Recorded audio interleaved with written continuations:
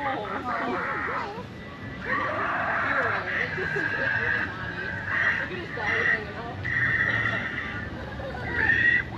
wait, but not for long.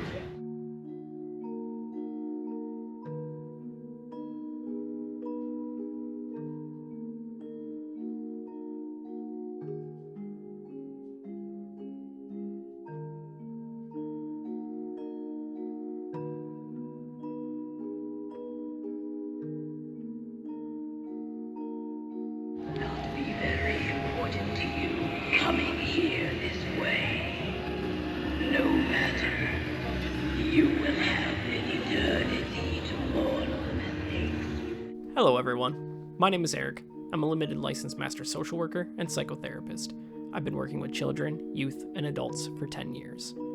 On this special episode of So You Want to Learn Psychology, we'll be taking a look at a book that, in the spirit of the holiday, sheds light on one particular spiritual belief system that influenced the development of Carl Jung's analytical psychology. The Gnostic Jung is a book written by Stephen Hoeller, who was a faculty lecturer at the Philosophical Research Society and is currently the Legionary Bishop of Ecclesia Gnostica. There's a lecture and presentation given from Hoeller available on the Philosophical Research Society's YouTube channel titled Manly Palmer Hall and Carl Gustav Jung, The Story and Message of Two Sages. If you're interested in learning more about the relationship between these two enigmatic figures and their contributions to the fields of psychology, philosophy, religion, and esotericism, I recommend listening to the lecture. Many devotees of analytical psychology would likely see this book as anti-historical and problematic, attributing Jung's personal and subjective experiences to a specific Gnostic religious orientation. They would argue that there is no doubt that Jung was influenced by Gnosticism and spent many years learning about the history and philosophy of the Gnostics, but that does not make him one, or that his psychology is somehow a product of Gnostic thought. Jung himself said that Gnostics were delusional, but in order for anyone to take up this stance and defend Jung against the charges of being a Gnostic, they would first have to understand what being Gnostic means, not through literal or philosophical principles, but through experience. Hoeller writes, "One may understandably ask the question, was Jung a Gnostic? Misguided persons like Martin Buber have answered yes to this question, implying thereby that Jung was both less than a respectable scientist and less than a good man within the orthodox religious meaning of the term. As the result of this derogatory use of the term Gnostic, many of Jung's followers, and occasionally Jung himself, have denied that he was a Gnostic. A rather typical example of this hedging was a statement made by Guy Gespel when he stated that Jung was not a Gnostic in the usual sense of the term. It's very doubtful, however, that there ever was even one single Gnostic in the usual sense of the term. Gnosticism is not a set of doctrines, but a mythological expression of an inner experience. The dictionary definition of Gnostic is knower, rather than a follower of someone else who may be a knower. Jung was certainly such a knower if there ever was one. To deny that Jung was a Gnostic in this sense would be tantamount to the denial of all of the recognized data of his life and work. So in a sense, to be a Gnostic does not mean to follow a specific religious path orientation guided by certain philosophical or religious assumptions. I skimmed through the pages of a book on the life of Sigmund Freud while at a bookstore the other day and came across a paragraph that referenced Jung as being a Protestant Christian as opposed to his Jewish counterparts in the profession at the time. Anyone who knows anything about Jung knows that he was not a Christian in the traditional sense. What is more important than his specific religious orientation, that is, if he even had one, is how he lived his life and how it attests to the assertion of being one among the highly regarded Gnostic sages.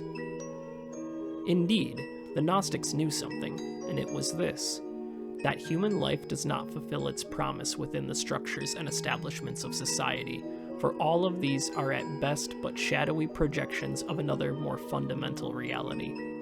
No one comes to his true selfhood by being what society wants him to be, nor by doing what it wants him to do.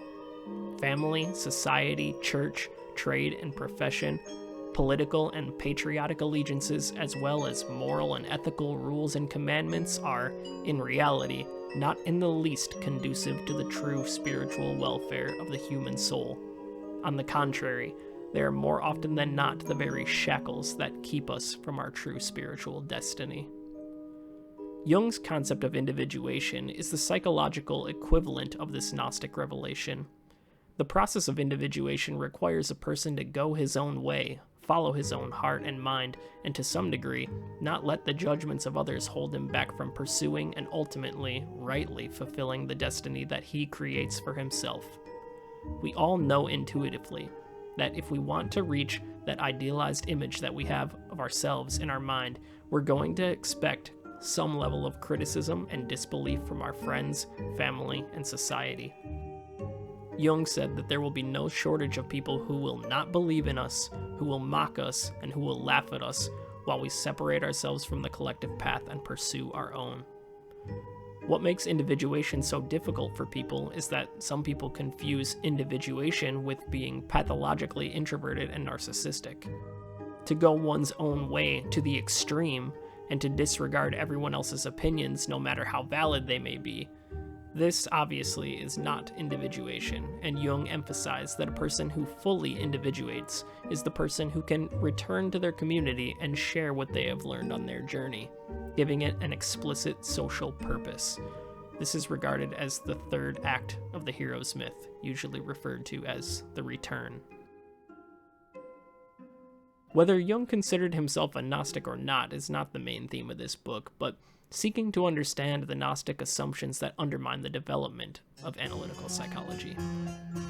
Jung's theory of psychodynamics and psychogenic theory of neurosis reflects the Gnostic belief that we forever tend to make the unjustified assumption that if only we did things right, we could have one opposite without its partner.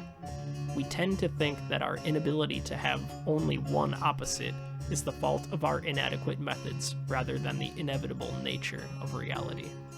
Hoeller continues. Unlike some other schools of thought, Jung never envisioned the absence of conflict as a desirable course of human consciousness. It is by the conflict of will and counterwill, the yes and no, of affirmation and negation, and in the resolutions of these conflicts by decisions in the world of action that our ultimate selfhood unfolds. This fundamental acceptance and reconciliation between opposites in the psyche is the goal of psychic development.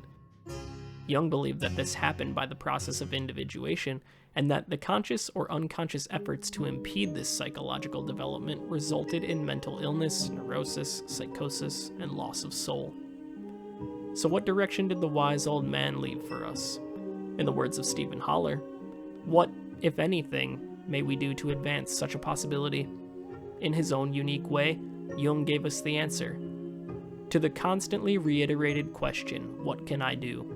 I know no other answer except become what you have always been, namely, the wholeness which we have lost in the midst of our civilization, conscious existence, a wholeness which we always were without knowing it.